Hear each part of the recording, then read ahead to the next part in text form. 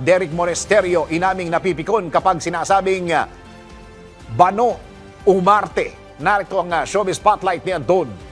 Kinumpirma ni Derek Monasterio na marami ang nagsasabi sa kanya na bano siyang umarte o isa siyang ham actor na ang ibig sabihin hindi siya marunong umarte. Ayon sa aktor, noon daw ay hindi pa nagsisink in sa kanya na isa siyang ham actor kaya't hindi niya ito isinasa puso. Pero aminado ang aktor na napipikon din siya noon dahil hindi na raw pumasa-pasa ang kanyang acting. Pero ngayon umano ay nare-realize niya na may pagkukulang din talaga siya at hindi niya ito isinapuso dati kaya't patuloy siyang sinasabihan na ham actor. Kaya naman mangiyak-ngiyak si Derek nang purihin ito ni GMA Senior Vice President Attorney Annette Gozon Valdez dahil sa maganda niyang pagganap sa teleseryeng Slay. Ayon kay Derek, ang sarap umano sa feeling na makatanggap ng papuri dahil 15 years na raw siya sa industriya pero first time niya makarinig ng pagpuri. At iyan aking balitang showbiz para sa impilang metodong lakas, DWIZ.